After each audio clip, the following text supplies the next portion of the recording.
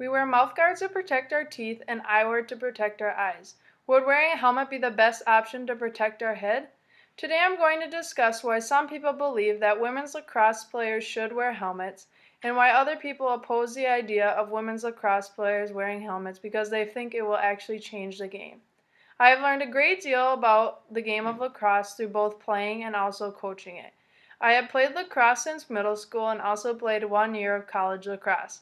I coached lacrosse for 3 years. I learned a great deal about the pros and cons of women's lacrosse players wearing helmets during the competition. Now I'm going to discuss the opinions of those who believe wearing helmets would actually benefit the safety of women's lacrosse players. Many believe that it would increase the amount of protection that women's lacrosse players wear. Right now, women's lacrosse players only wear two pieces of equipment. The first being a mouth guard, which can't be clear and can't have a strap on it, and the second item being goggles.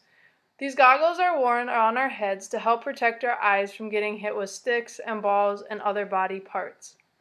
Since lacrosse players only wear these two pieces of equipment, many feel that wearing a helmet would actually help increase protection against serious brain injuries and head injuries.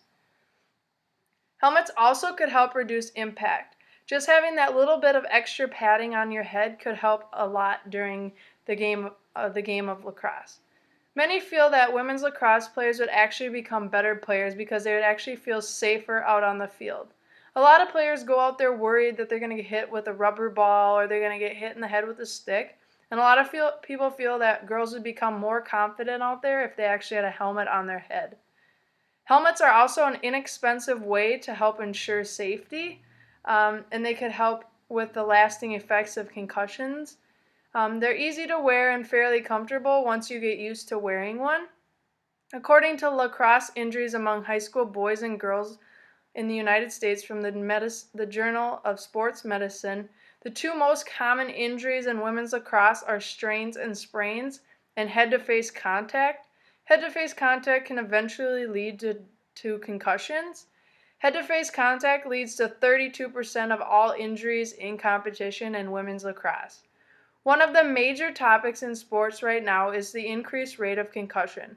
The main reason the lacrosse community want to have their players to wear helmets is to help prevent the growing issue of concussions.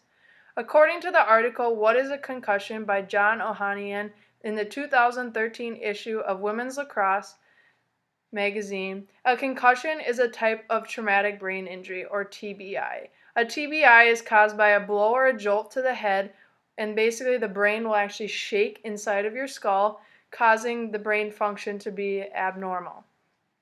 The symptoms would include nausea, vomiting, dizziness, headaches, unresponsiveness, unconsciousness in the very severe cases. According to healthday.com, under the title Injuries on the Increase in High School Lacrosse, concussions accounted for 23% of all injuries sustained by girls lacrosse players.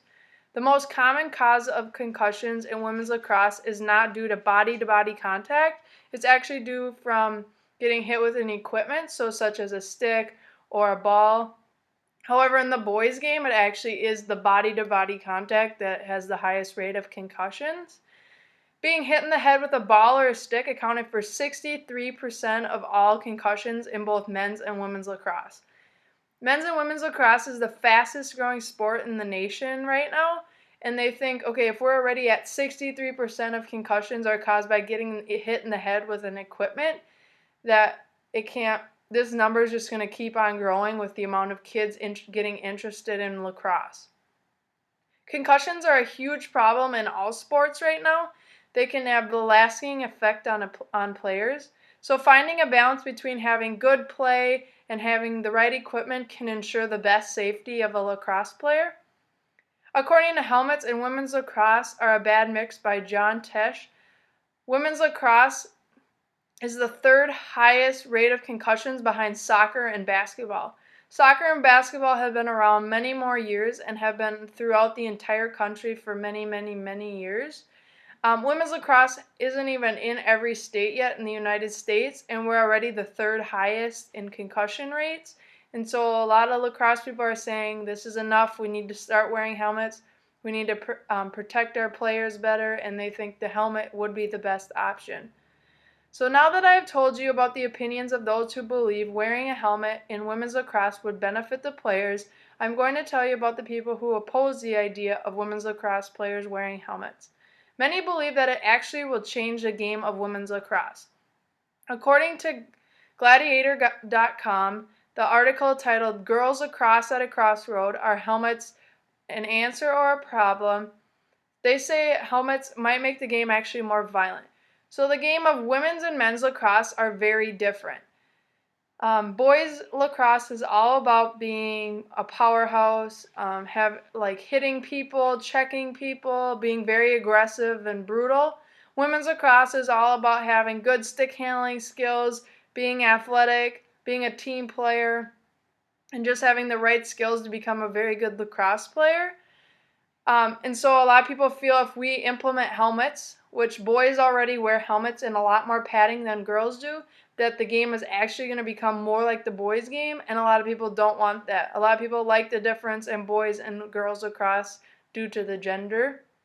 So according to the helmet study is first for girls lacrosse in Newsday, girls lacrosse was meant to be a finesse athletic sport, not a brute and power sport. So finesse in lacrosse is huge. So having good stick handling skills, being a good player, knowing all the little tricks to get around people, that's what women's lacrosse is all about. Men's lacrosse is all about who can hit the hardest, who can swing at each other the hardest, and that's how you would stop somebody to go to get a goal in boys lacrosse.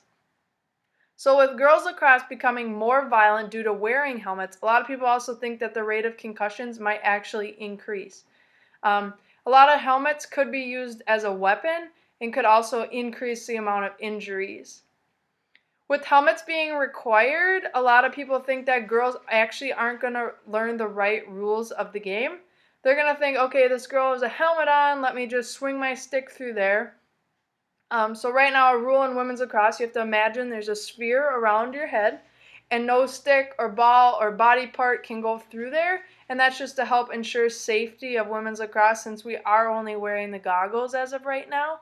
And a lot of people feel if we do implement the helmets, that sticks are going to be flying through there, nobody's going to care, rules are going to change, or rules aren't going to be as stiff. Like right now, if I put my stick through somebody's sphere, instantly I get a call. Instantly the whistle blows, and a lot of people feel, okay, if I wear that helmet, it's not going to be like that anymore because they're going to be like, oh, she has a helmet on. And others also believe that not enough testing on helmets has been done for lacrosse helmets. So little to no research has been done. So a lot of people feel, well, why would we wear a helmet then? Is it even going to help us as a player? Will it make concussions worse?